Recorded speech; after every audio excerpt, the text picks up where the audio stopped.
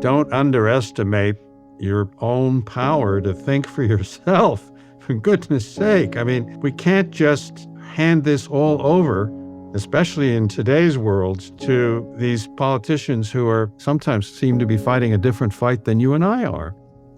Think for yourself and express yourself. Find ways to do that. Maybe it's too confusing. Maybe with modern communications, there are too many different opinions flying around. I reserve the right to have my own opinion, it seems to me, and that I hope everybody else does too. As a CIA officer in Iraq during the war, I lived in a world where power meant weapons, money, and force. And yet, I kept encountering a deeper power. Policies changed, governments shifted, military plans often failed, but connection to each other, to the earth, and to something larger than ourselves kept proving more powerful than violence and destruction. I'm Janessa Gans Wilder, and this is Peace is Power, a podcast exploring how peace will change your life and our world. Each week, I speak with leaders, artists, activists, and spiritual thinkers around one core question. What if true power is not domination, but connection? Welcome to Peace is Power.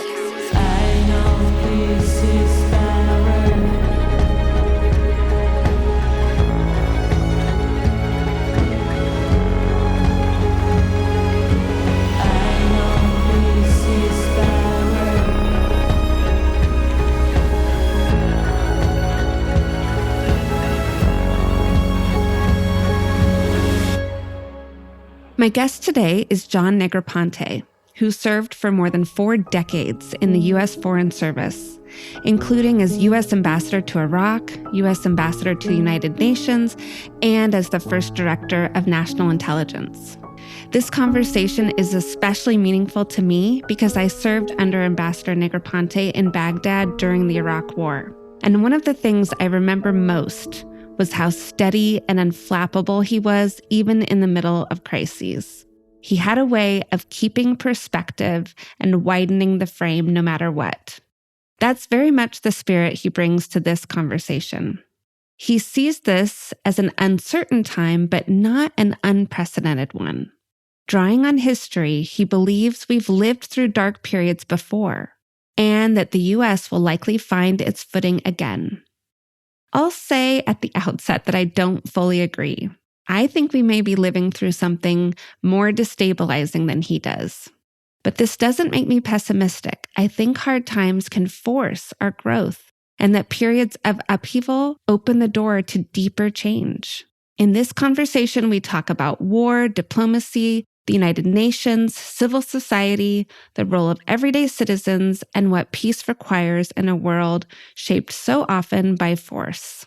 Here's my conversation with Ambassador John Negroponte.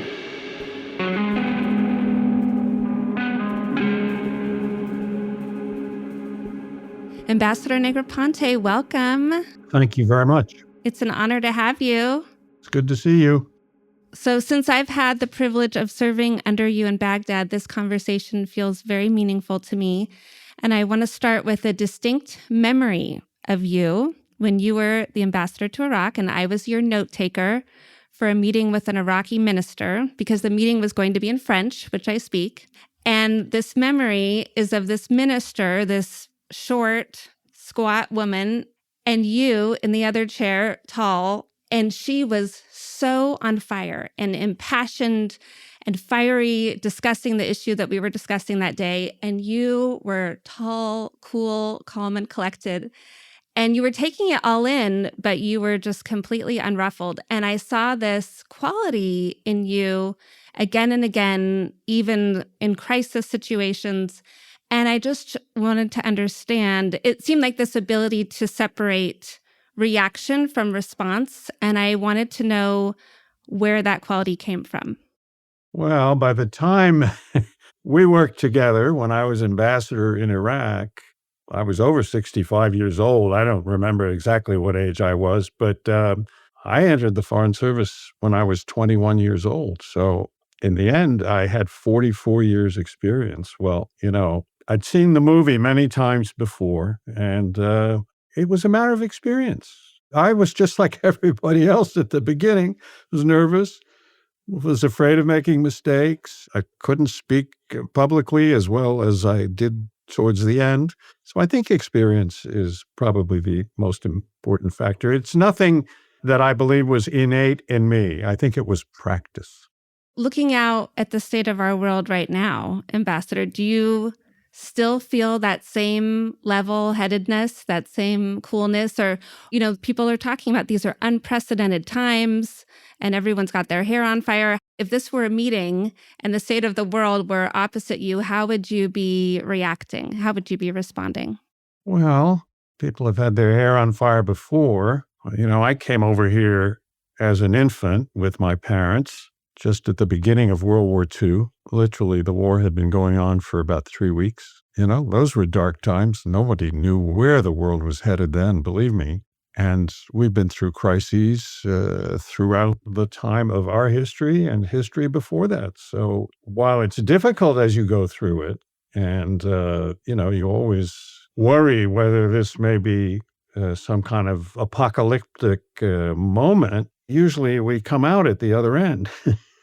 We get across whatever difficulty it is, although there's some very difficult experiences. I guess perhaps for the United States, the most traumatic was the Civil War. Imagine yourself living at the time of the Civil War and wondering what was going to happen to our country. 600,000 people were killed in battle during that war. Just incredible. In proportional terms, that's the most serious conflict we've ever been through. And what view of the world did people have as we were going through that terrible experience? Hey, listeners, if you're wanting to go deeper in your peace-building journey, come visit us at euphrates.org. Euphrates Institute is the organization I founded after my time serving in Iraq during the war.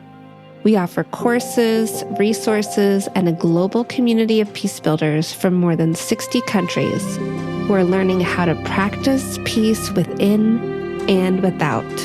You can learn more at euphrates.org.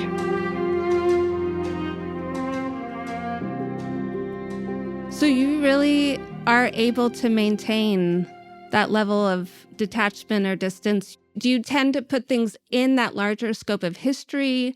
Or is it because you yourself have seen so many ups and downs that you sort of have faith that it will come out right in the other end? What grounds you in that? Well, it's a great question.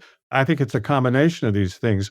First of all, just because I tried, as I just did, to put this into perspective doesn't mean I'm indifferent to what's happening at all. In fact, I would agree with you. We're going through an extremely difficult time, and I would say dangerous even, because there are a lot of uncertainties about which way things are going to go. And anytime you've got rockets and drones and all these tools of war flying around, there's danger, especially when it involves important powers and ones even that have nuclear weapons. So Israel has nuclear weapons. The U.S. has them. The Russians over there in Ukraine, they have nuclear weapons. We don't know exactly what Iran has, but they probably don't have nuclear weapons at the moment. But yeah, we're going through dangerous times. There's no question about it. Now, do I have faith it's going to come out all right in the end? Well, I have a reasonable amount of confidence that we will survive this and we'll get things back on track. But, that's just a prediction. It's not a certainty by any means. You've got to act as if you can get it back on track. If you sort of lose hope and just throw up your arms, that doesn't help anything. Yeah. I'd love to drill down a little bit more on that, especially with thinking about these larger shifts in humanity. So, when I was thinking about it, we have the most conflicts going on in the world since World War II. We're seeing a decline in all the democracy measures around the world and at home by many factors: the press, justice system, dysfunction in Congress, rising inequality. We're also seeing the U.S. playing in this role of disrupting these historic alliances and promoting a might makes right worldview. So I guess in this broader spectrum, is this a phase that will sort of, work out, or is this a shift in the underlying world order? which I know you're reading about, since World War II. Is this a shift? And what does that mean for the UN? I know you served there.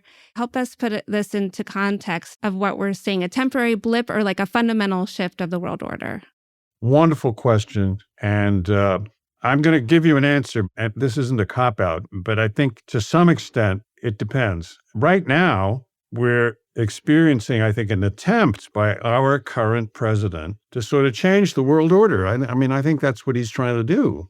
I personally think he's not correct in trying to do that.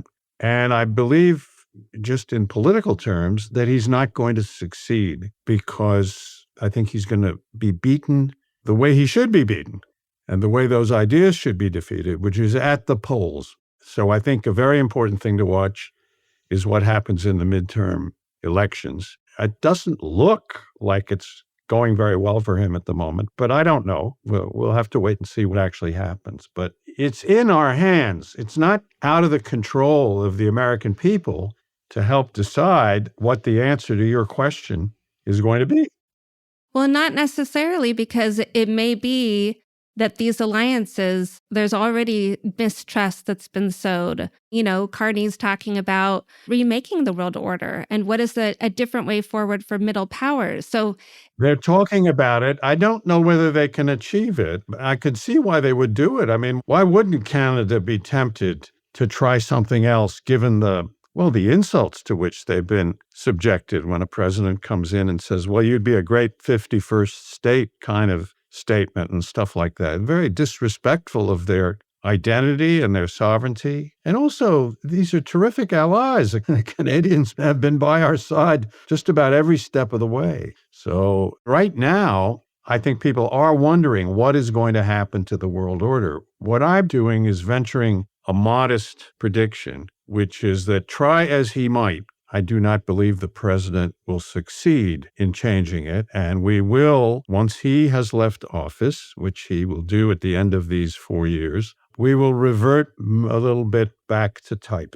That's what I believe will happen. Now you're going to say, well, are you just whistling in the dark? Or do you have a solid basis for believing that? Maybe it's a little bit of both. I mean, our record so far is pretty good, the political record of the United States. But there are danger signs there. This has been a much more disruptive period than we've had before. That's true. And sometimes disruption can open up thought for new ways of thinking, for new creativity. I mean, there's been a lot of talk about reform to the United Nations. Is there a reimagining of the Security Council that we need? So, I mean, on the one hand, this is not business as usual, what does creative way forwards look like? That could actually open up interesting conversations for much needed reform.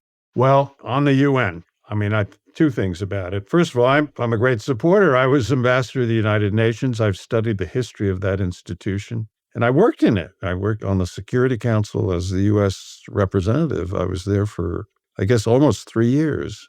And I think it has served us well over the years. But it's not a panacea. The UN is only what the member countries decide it's going to be. And so there are times when the UN wasn't able to deal with the problems that existed. During the Vietnam War, for example, we never had Vietnam on the UN agenda, really. It was done completely to the side of the United Nations. And we've a little bit had that experience with Ukraine now. When you've got one country that's sort of out of step with everybody else, or many of the others, and it does what it wants to do, and it happens to be a permanent member of the Security Council. Now, some people want to change the Security Council. I tell you, I never met so many people who thought that the answer to everything was to change the makeup of the Security Council. And frankly, I just think that's nonsense. I mean, why is everybody's behavior going to change because all of a sudden so-and-so has got a seat in the UN Security Council? It just doesn't compute. And not only that, the existing powers would never vote to expand it. Well, that's for sure. I mean, I don't think they will. I mean, I looked at this and I said, I'm not sure a president of the United States should spend that much of his or her time trying to persuade other countries to accept a amendment to the UN Charter to get rid of the veto. Well, the history of the issue is that the U.S. Congress, which was Republican-controlled at the time during the end of World War II, They were not going to approve the United Nations Charter unless there was a veto. It was Senator Vandenberg, very famous man, who cooperated with Roosevelt and Truman, but that was their condition. There's got to be a veto. And that's what created the veto, or was the veto already an idea? No, that's what created the veto. And then who had the idea to share it with the other four powers? You'll remember that the League of Nations was disapproved by the United Nations. And so, Roosevelt was very sensitive to the challenge of ensuring that Congress ratified the UN Charter. And that was the main condition of Mr. Vandenberg. So, can we change that today? I kind of doubt it. So can you expand the UN to have more permanent members? Well, I suppose you could. But, it's a Herculean effort to amend the Charter of the United Nations because you got to get it through both. I forget the exact procedure, but you have to have the approval of the Security Council and all the permanent members. If any one of them vetoes the reform, then it doesn't go through. But at the same time, if as an institution it doesn't stay abreast of the times, then it will just slowly be relegated to irrelevancy and other things will be done outside of it. Yeah, I think they've done some pretty good things. I thought the peacekeeping missions they had in Africa, when I was there, they did some really good work in Sierra Leone. They did it in Liberia. They had peacekeeping missions in about 8 or 10 places in Africa, some of which were really quite effective. The most effective was Sierra Leone, which when I first was briefed on the issue, when I took the job as ambassador to the United Nations, the whole country was controlled by rebels except for a few square blocks in the capital city of Freetown. And 2 or 3 years later, with help from a peacekeeping force and with British troops, Sierra Leone was sort of back under control. And I would say a reasonable success story. But people don't want to look at the success stories. They just they get mad when we can't reach agreement. But it's our fault for not reaching agreement. It's not the fault of the UN as an institution, honestly. And I think you have to put more effort into getting agreements in the Security Council. George Herbert Walker Bush was not going to go into Kuwait to liberate it from Iraq in the first Gulf War unless he had the approval of the UN Security Council. And of course, he had been ambassador to the United Nations. So he knew the issues and he knew whereof he spoke. And he decided it was going to be worth the effort of his Secretary of State, Mr. Baker, to get the approval of the other member countries. And Baker spent the busiest time of his life traveling all over to the world, to these different countries, persuading them to vote with us in the Security Council. And we got approval, despite predictions to the contrary. So if you make the effort, I think it can be rewarded. And I think the contrast between how hard we tried in the first Gulf War and how much less effort we put into it for the second Gulf War may be the difference between having gotten approval for our action or not. And why do you think this time around there was no effort made? You hardly hear any talk of bringing that to the United Nations. I mean, bringing that fact and that event to the Security Council. It wasn't. We just did it. And I don't think this administration is inclined to go to the United Nations for this kind of action. And I think they saw it more as some sort of policing action. And, it's a unilateral action. Nobody else joined us, really. Right. I mean, it does show a difference in approach and tenor. It's interesting that you started with the Civil War because it does provide that context. A war on our shores, that many people killed, really the only one that there hasn't been a war since then on our shores. Do you feel like through the course of your decades in service and a student of history and world history, and I'm honestly asking this, do you feel like we are evolving as humanity? Like, as Martin Luther King Jr. talks about the arc of justice bends upward, or, do you see that arc when you step back and look at our world? No, I'm not sure I do. I think maybe it fluctuates more than that. I see certain trends that I think are important, like in warfare, for example. And certainly in the West, no one is going to conduct a war involving Western countries that has the level of brutality and casualties that occurred during World War I. And we do a lot more to save our wounded and the avoidance of casualties. I just took my kids to the Musée de l'Armée in Paris, last weekend, and they have these mock-ups of clay modeling of World War I, of the guys in the trenches, and then the machine guns are set up and all these tunnels. And they just could not believe that anyone would willingly leave their perch from the tunnel and go out just to be mowed down. And then the gas mask. I mean, it was really sobering for them to witness that. And, it was close and it was visceral and they were just right there. And they were bogged down for years in those trenches, experiencing that same, what you're saying, the same phenomenon over and over and over again. Well, there was a British general who was very famous, notorious for having so many people to their death, General Haig. And from wars that I've experienced in one way or another, from Vietnam, say from the Civil War, which had, I don't remember how many casualties. I think there were 600,000 people killed, something like that, to World War I and then Vietnam. I mean, the efforts we would go to save our wounded. And now, when I was in Iraq, the level of medical proficiency that we had field hospitals that could do brain surgery to save our people. But that doesn't address the other issue, which is we still got into wars, right? I'm going to try to anticipate a question of yours, which is, what does it take? What are the necessary ingredients of peace? That's a great question. Thank you. Well, yeah, but it's one you have to think about, right? Yes. So I have a couple of thoughts. One is you need actually strong, healthy countries that have good governance, that behave responsibly towards their citizenry. In our way of thinking, as Americans, and in a lot of other countries, we believe that one of the ways to achieve that, of course, is to have democratic governance. And we have a belief, whether it's right or not, but we believe it, I think, that the more democratic you are, and the more, one way it's very often put is that democracies are not likely to fight against each other. Yeah. It's not totally true, but there's a pretty strong element of truth. So good governance is one thing. We all should be concerned about good governance around the world, because if you have a country that's falling apart internally, it spells trouble, right? And it spills that trouble onto its neighbors. It does, because you get instability, you get civil war, civil strife, and then that tempts the neighbors to intervene.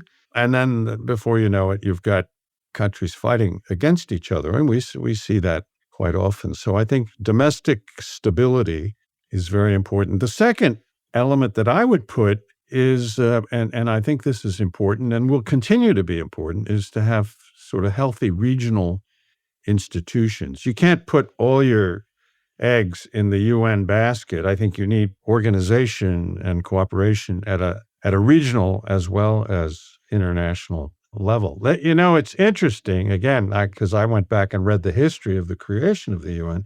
They debated whether the Security Council should have one central kind of peacekeeping function, or whether that should be delegated to regional, sub-units of the United Nations. Should we have a UN-type organization for the Latin America region, or for the African region, or for East Asia? Like a peacekeeping force in each region. Yeah, correct. But they kept it global. But we've seen a certain amount of effective action by regional organizations, and I think that's helped contribute somewhat. What about the role of civil society?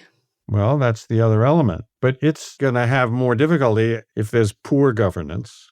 The better the government, the better the opportunity of civil society to make a contribution. But yes, obviously, how does society make its input into helping solve some of these problems? Well, one is through its various civic organizations.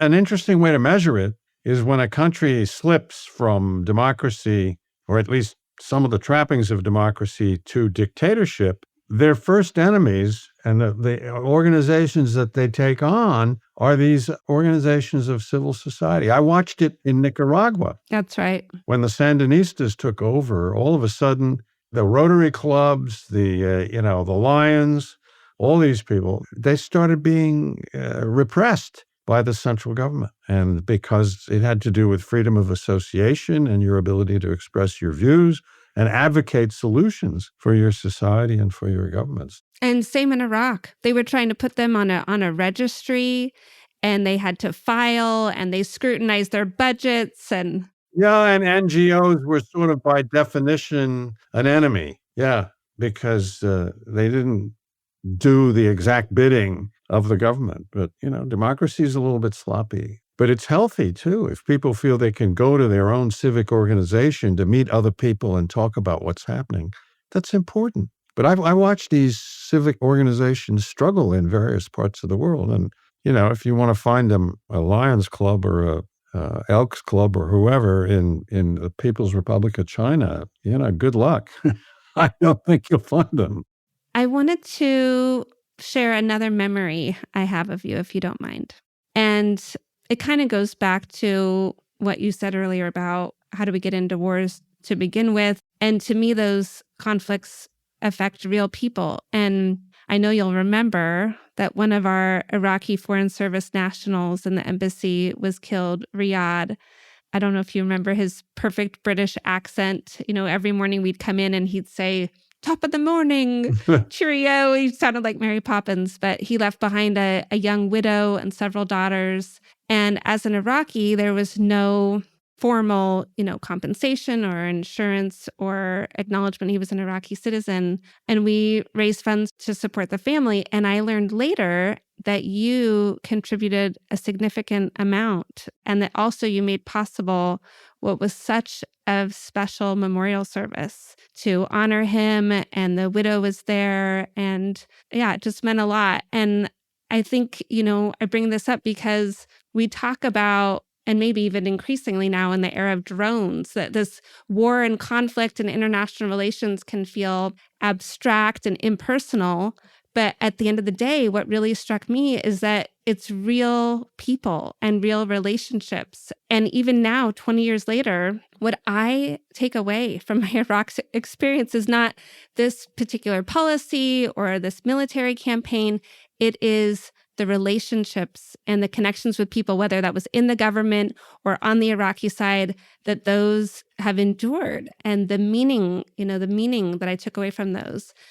And so I guess my question for you is, obviously, I don't know if you wanted to say something about Riyadh and your involvement, that I loved hearing about that.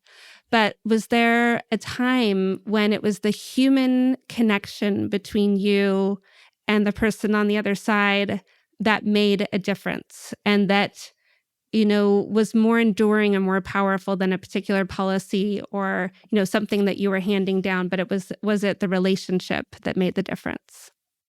Yeah, I don't think, in my mind, I necessarily separated these things, in the sense that if you're involved in a war, one way or another, if you don't understand the personal cost of war to people, then you haven't been looking very carefully around you, it seems to me. And I've always felt impacted by personal tragedies that I was aware of. I think I remember it as much about some of the National Guard people who worked in Baghdad, because I remember there was a unit from Minnesota, and they provided security for my detail. And sometimes they came under fire, and I can remember several times where they lost, 2, 3, 4 people. And I remember going to services for them and so forth. And I even happened to have known some people from the same town as some of the Minnesotans that I met out there. So look, the biggest decision, the toughest decision, and every president admits it, is the decision to send young Americans into harm's way. They all tell you that. I don't think I can think of any who would deny that that isn't the most important decision they make in their lives. People need to be assured that their leaders take that part of their responsibilities extremely seriously. It's difficult. I think it's important that our civil service rules, and when we hire employees in other countries, they should be entitled to similar benefits that we get for these kind of eventualities. And I don't know what arrangements might have been made since then to ensure that our national employees are incorporated into some of the same benefit systems that we have for our civil service as a whole. I know in other embassies where I worked, we certainly had done that over time. It may be that in Iraq, we were sort of in transition because we'd had the Coalition Provisional Authority, and then we brought back the embassy. And I don't know how quickly we instituted all these kinds of provisions, but they should be there.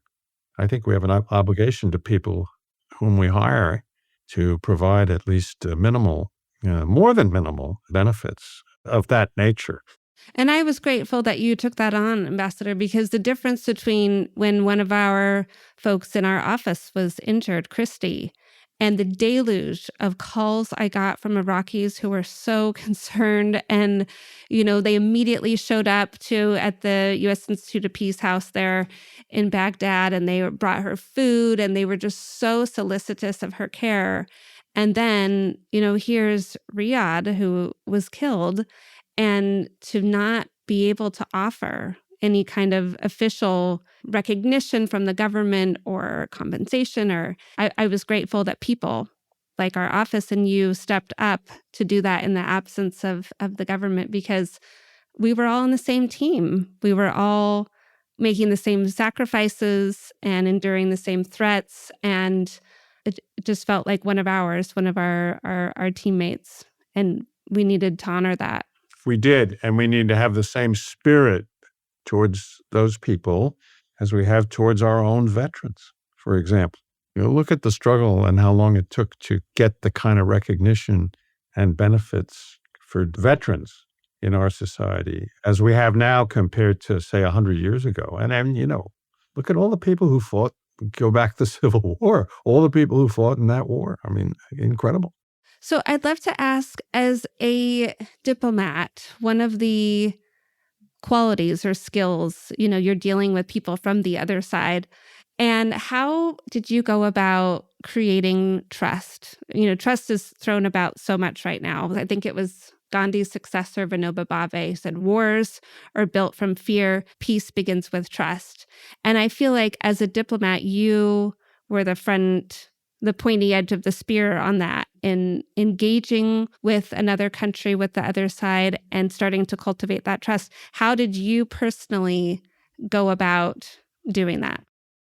Well, I guess my first and maybe most important experience in dealing with the issue you're talking about is in 1968, when I was on the delegation to the Paris peace talks on Vietnam.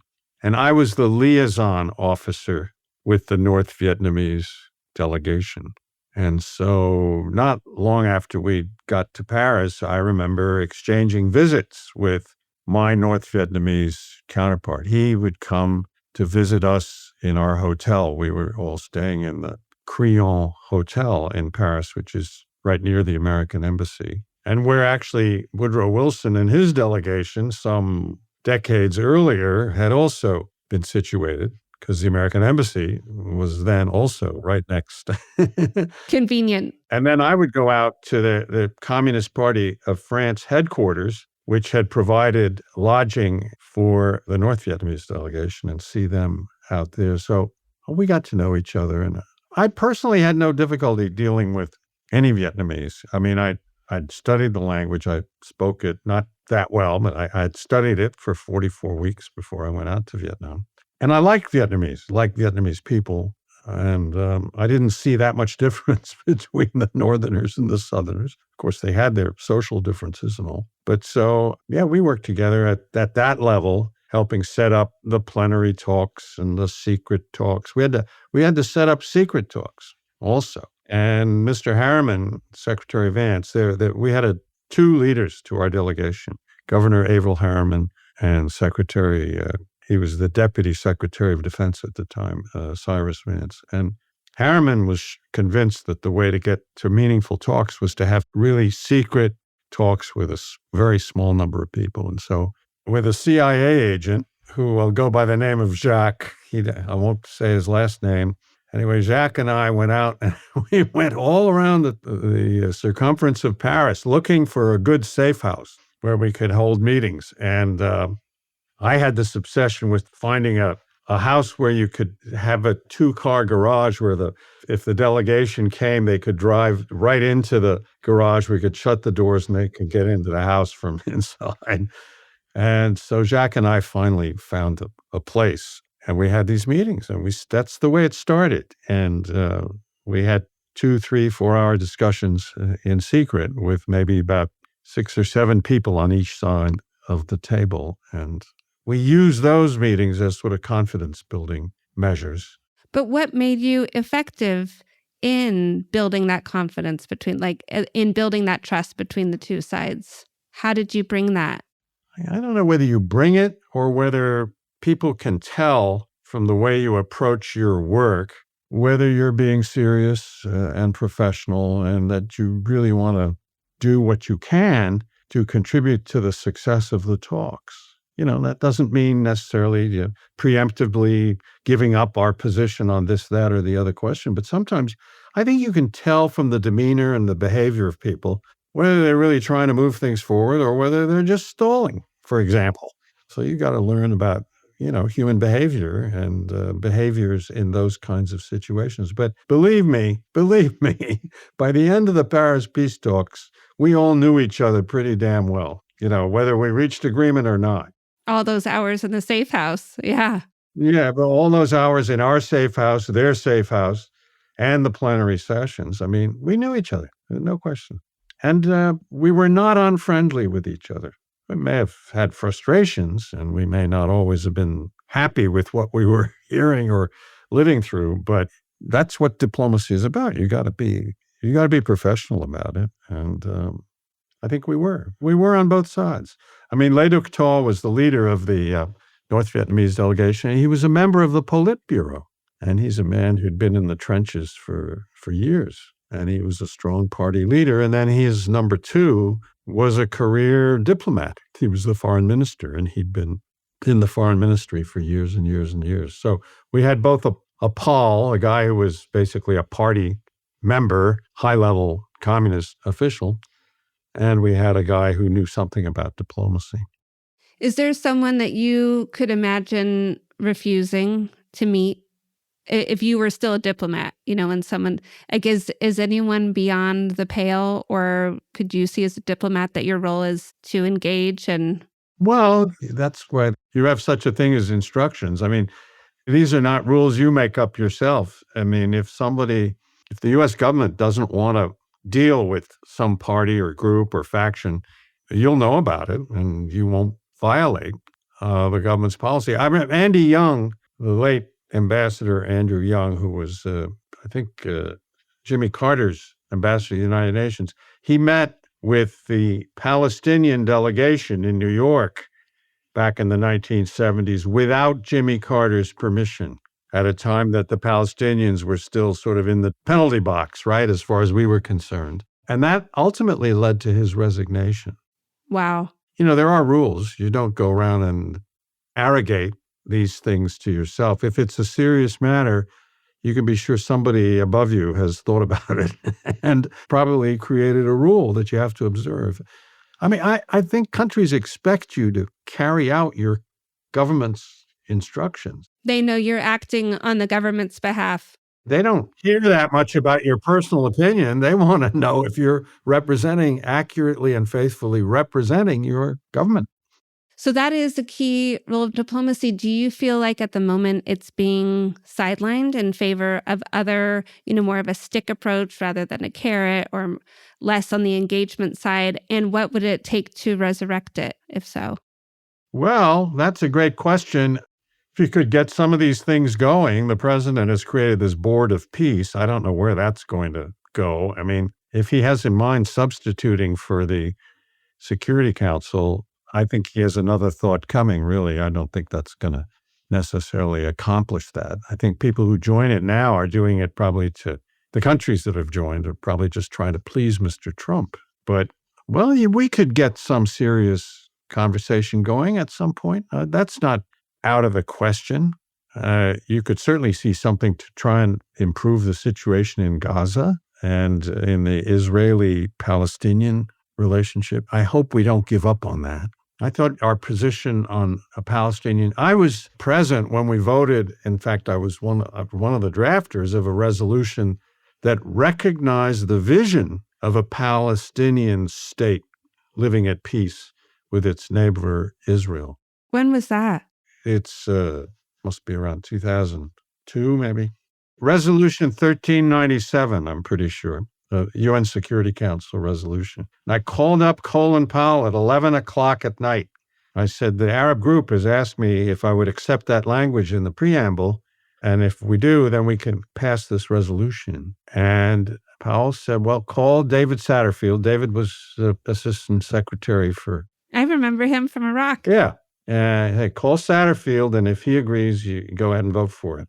And so I called Satterfield, and he said, oh, yeah, that's standard language. It was standard language that we'd never managed to get into a UN Security Council resolution. So I got it. And then that night, and the Arab group was very happy. It was led at the time by the Jordanian ambassador. But the Syrians who were on the Security Council said, oh, we don't know, we may not be able to vote for it. I don't have instructions that was from Bashar al-Assad.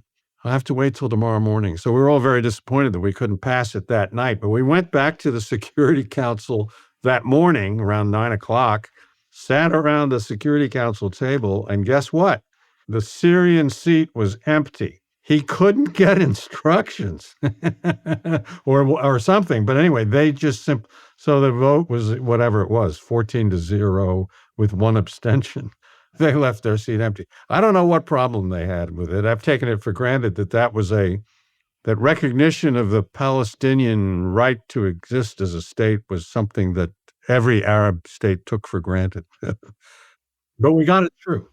Nice. And too bad that it hasn't, panned out. I do want to get into, I know we talked about it a bit, about the parallels, especially from your experience as ambassador to Iraq. What parallels or differences do you see between the Iraq and the Iran campaign? And really, the real question is, are there lessons learned from Iraq that you wish the Trump administration had heeded? I haven't given that issue much thought. I gave a great deal of thought because I'd served in Vietnam to the parallels or not between Vietnam and Iraq. And I applied them mostly to the way we were organized. I remember how our embassy, how closely it worked with the military command, MACV, how closely Ambassador Bunker, who was our ambassador in Vietnam, worked with General Westmoreland. And I tried to emulate some of that because they really did collaborate very, very well together. And so things like General Casey, who was the commanding general, he had an office in my complex. Right across the hall, yeah. Now, he had his own, military compound and all, but he also spent a decent part of his day downtown with me so that we could compare notes all along. So I always felt we were very much in sync as to what we were doing, and I thought that was very important. So how we organized for the conflict was an issue. When you get into other things, each country, each situation, believe it or not, you look at the way warfare gets conducted and you say, well, why at the beginning of the war do they have so much difficulty figuring out what to do? And it's true in Iraq, it's true in Vietnam.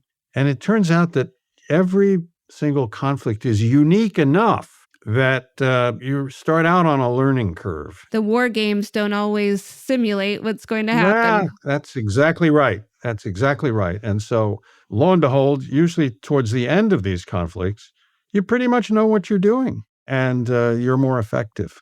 And I think that was true in Vietnam. I think it was true in Iraq. But, parallels with one or the other, and the situations are very different. And Iran that's a completely new situation for us. We've never really been, I don't think, in sort of open conflict with them until now. And, we'll have to see what happens. But it's They're going up the escalatory ladder, aren't they? And I think that's what worries a lot of people. I mean, where does it end? Where does it stop? I do appreciate the idea of the planning, and that is the role of the State Department. And I remember some general, he was with Condi Rice. Oh, what's his name? He's written a bunch of books on nuclear de-escalation, and we were watching her be interviewed, and he said, with the Marshall Plan and after World War II, or getting into World War II, there was years of planning about our involvement, our role, what that would look like. And if you think about Iraq, there was so much, a few months of planning. And then I look at today and I wonder if any planning went on. I think that's fair. You look at Venezuela, for example, I get the feeling the planning didn't go beyond, capturing Mr. Maduro, because I got the sense that Mr. Trump afterwards sort of spent the night thinking about what he was going to say and do next. You remember? And it was about getting democracy back and this and that. And then he woke up the following morning and it was all about oil. That's a great question. I think a valid point that you do need planning. Especially when lives are on the line. And like you said, that every leader does take that seriously. But I sometimes question that in the current environment. Although he hasn't sent combat troops. But the Marines are on their way. Well, they're floating around. Yeah, they're floating around. I'd be surprised. I think that's something Mr. Trump doesn't want to do if he can help it. I really do believe that, but we'll have to see. I mean, he's the one making the decisions. One other question about, since I've left Washington, being in that milieu, there was such a sense of crisis. Everything's reactionary. It's crisis driven. There's the political angle, and it all feels, like you're in a bubble and that everything you're doing is the most important thing going on in the world. And granted, look at the decisions we're making as a country and how it is rippling out into the world. So I'm not minimizing that at all. But also now being outside of that bubble, there's the saying, change doesn't come from Washington, it comes to Washington. And I feel like the deeper cultural shifts that need to happen, like let's say even just this culture of violence that exists in the US, whether that's our gun laws, domestically, or the wars that we export, that culture, the cultural change has to shift from the grassroots and then eventually come to Washington. So I guess my question for you is, on these questions of war and peace, what are the real pressure points, would you say, towards government? Like, how can civil society influence a foreign policy establishment that oftentimes seems really insulated, but we know is not impervious to, grassroots pressure or cultural change? So I wondered if you had any reaction to that. Yeah, I do. I think it's through political action of various kinds, but that's where, as we were talking about earlier, that's where the midterm elections, for example, come in. And as you know, well, first of all, let's go back to basics. We're quite a evenly divided society. It's amazing how close elections can be and how close to 50-50 these votes are in many, many different places. A state is blue and a state is red, but how red and how blue? And sometimes it's very, very, very close indeed. And I think that's where we're at in the States at the moment. And we've been there for quite a long time. So I don't know what's going to happen in these midterms, but I have a feeling that the Republicans are certainly going to lose, I believe, the House and may lose the Senate. And, with that in and of itself, I think you have the potential of seeing quite a bit of change. And then you'll be in a position to influence whatever the new lineup is in the Congress. But yes, political action is extraordinarily important.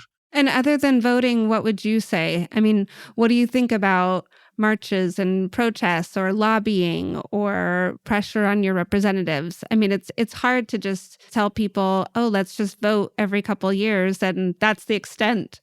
Well, there's writing, you can affect our country intellectually as well through various forms, whether it's film or written work.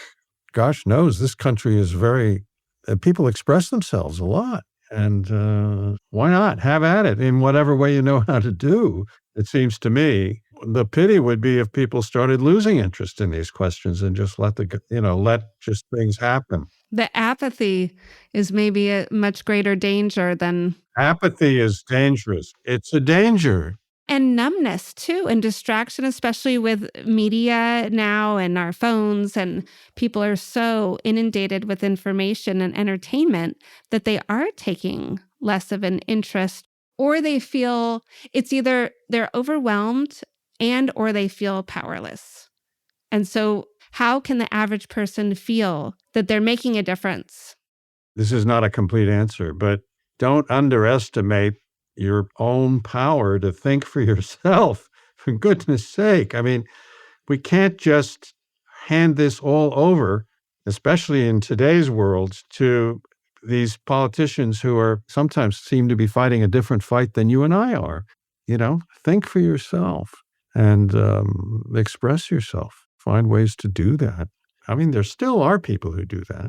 Maybe it's too confusing. Maybe with modern communications, there are too many different opinions flying around. I don't know. But I reserve the right to have my own opinion, it seems to me, and that I hope everybody else does too. Well said. You don't have to agree with person X, Y, or Z. After all, these subjects can be studied. They can be understood. You can read about them. You can write about them. And there are so many ways to express one's opinion. I mean, look at the proliferation of podcasts, of influencers. I mean, there certainly are. Sometimes I feel like everyone's talking and no one's listening. Yeah, well, that's a good point. And maybe sometimes there are too many opinions out there. I don't know. But it's a confusing time. There's no question about it. And I think the multiplicity of ways of communicating and the multiplicity of media and all has also become a serious challenge. Just so many opinions out there.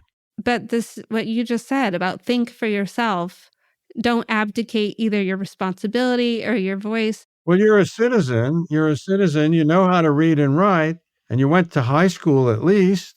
I mean, why not?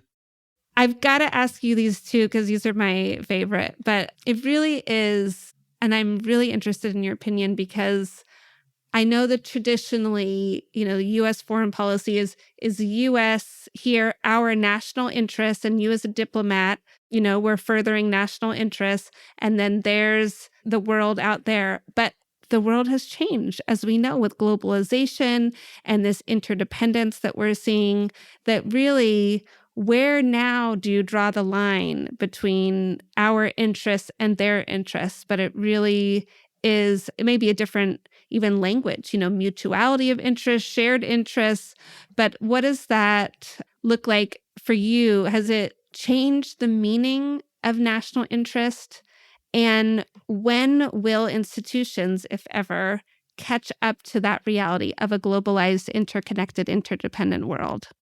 Well, one of the ways of doing it is to have diplomats and to have them stationed around the world and being the eyes and ears of the United States, representing us, but also reporting back to Washington what things are like out there.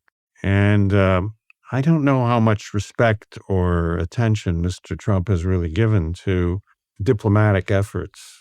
And they've not been supportive of our professional diplomats. I mean, people who have been administering our aid programs. I mean, that's the first thing they went after. They abolished AID, which I thought was not a responsible act.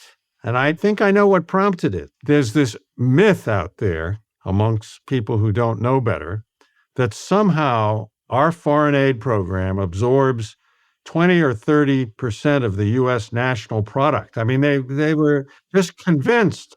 And so I think when they abolished AID, they thought there was going to be this huge dividend that was going to come from abolishing AID. And it turned out to be a drop in the bucket. It was nothing because our aid is less than, 1% or something of our overall budget.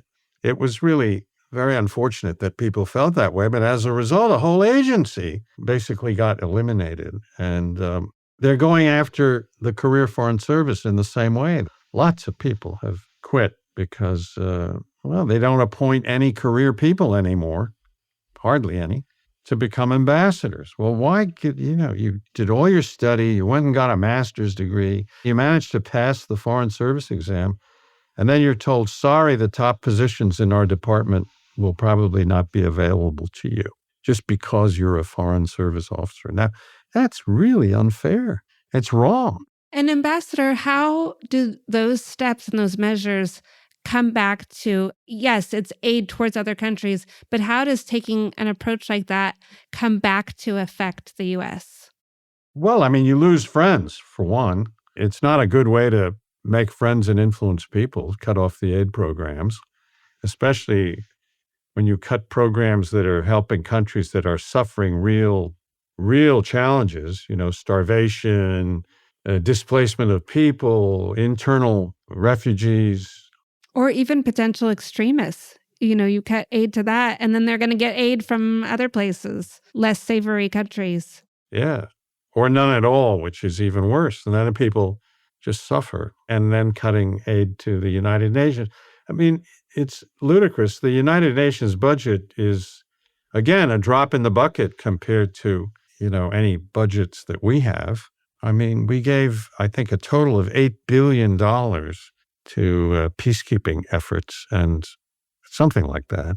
And, we have an almost $1 trillion Pentagon budget. And what we give to peacekeeping at the UN is just practically nothing. It's a rounding error. And yet we cut that off. And actually, we had some successes. I mentioned several of them in Africa that we've had. And those are people who are serving there in lieu of, imagine if we had to send American troops instead, how much more costly it would be to conduct those peacekeeping efforts. Maybe those peacekeepers aren't as proficient as ours, you might argue, but still, we don't have to pay for the cost of Americans to carry out UN peacekeeping missions because there are plenty of other countries that are willing to do that. Mr. Rumsfeld, who was a fairly controversial Secretary of Defense, but I remember after about a year as secretary in the Bush II administration, and he came to me and he said, I'm all for this peacekeeping at the UN. He said, I just want to train them so that they're more proficient and let me have a shot at training some of them. And so we did. We built in a training program for UN peacekeepers, which was quite effective. So, I mean, even someone as hard-nosed as Donald Rumsfeld understood the value for the United States to support UN peacekeeping. And it goes back to our aims. I mean, I've tried to figure out, why is war a $1 trillion industry when we say we want peace? But everyone in the peace field, the budgets are slashed, they're underfunded, they're under-legitimized, they're under-supported. But that's what we say we want, is peace, but we're funding the opposite. And so to go in and slash these budgets of aid, of the State Department, of the diplomatic wing, to me, as what I think is a sensible person, it goes against reason to say we want one thing, but we are funding and supporting the direct opposite. But we say we want peace, and we're not funding the infrastructure of peace, and not even just peacekeeping, but actually the peace builders at the grassroots. And that seems nonsensical to me. Yeah, I think also they maybe ought to give more credit to the people during World War II and at the end of World War II who planned for the creation of the United Nations and all the institutions around it. They weren't a bunch of woke, I don't know what. I mean, these were serious people working on behalf of the United States and trying to build a new proper world order after World War II, after these frightful wars.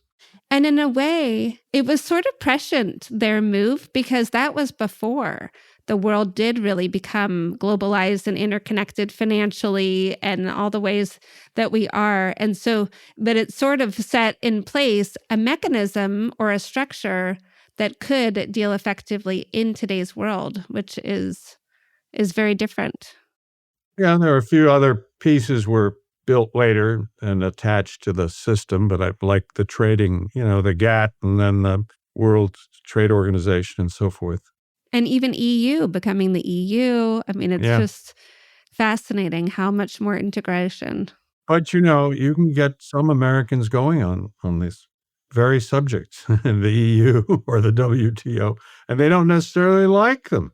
But there we are. It's just we're at a period now where I think we've gone too far in seeking to discredit the old institutions without necessarily putting anything more valuable in their place. And I would say that we're also going too far with this resurgence of the idea that might makes right, that's sort of a worldview that in my mind is outdated. And for example, Ambassador, that's why this podcast is called Peace is Power, because it's positing an alternative to that the idea of dominance and aggression, the alternative to that worldview. And what we're trying to say is that actually working in harmony with others in this globalized world, working for shared values and benefits will ultimately help us, our security, our economy, and it's ultimately more sustainable and successful. So I would love to ask, when you hear that, does that resonate with you, or are there tweaks that you would make? No, it resonates, but you're not going to gain majority acceptance of that approach in the current political context. So we have a lot of work to do. And I would say even the cultural idea, I think that there is a sense that, yes, we have to be strong to be safe and secure. It is a dog-eat-dog world. Like those are almost these underlying myths that I reject. And I think that we need to be putting out alternative narratives to that if we do want people to see, oh, maybe there's another way. Maybe we can actually be more sustainable, more successful, and not hurt our neighbor, but help our neighbor. So to see examples of that. But I think it's a good idea if you're going to espouse, what I talked about at the beginning, good governance, that you incorporate in your notion of good governance a sound defense posture. I'm not saying an aggressive one or anything else, but I think you want to be healthy from a defense point of view as well.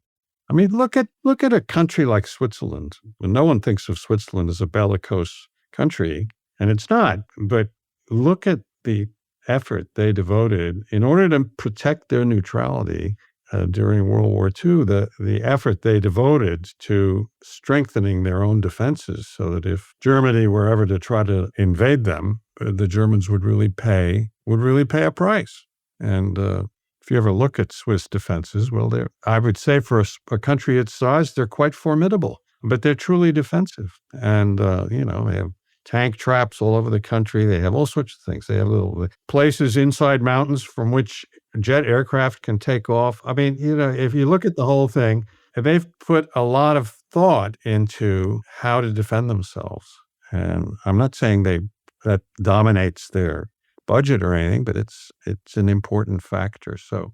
And it's certainly not viewed as aggressive. A lot of countries call defense forces, but really it is aggressive. No, the Swiss are thought of quite differently, right?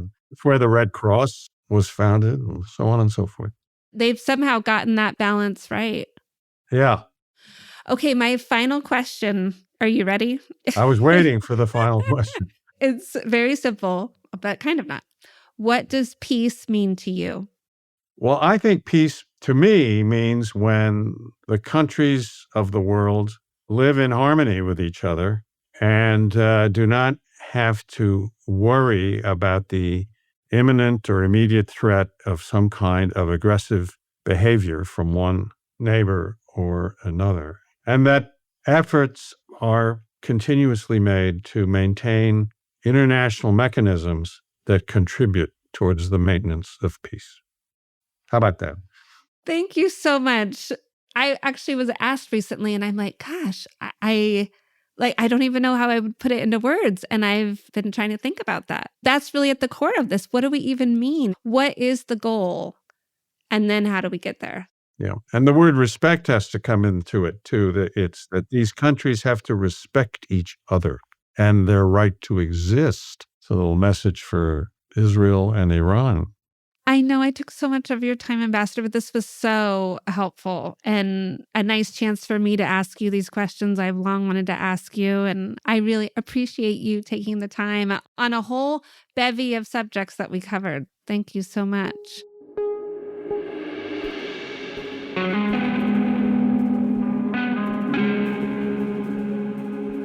Before we go, Here's our peace practice for this week.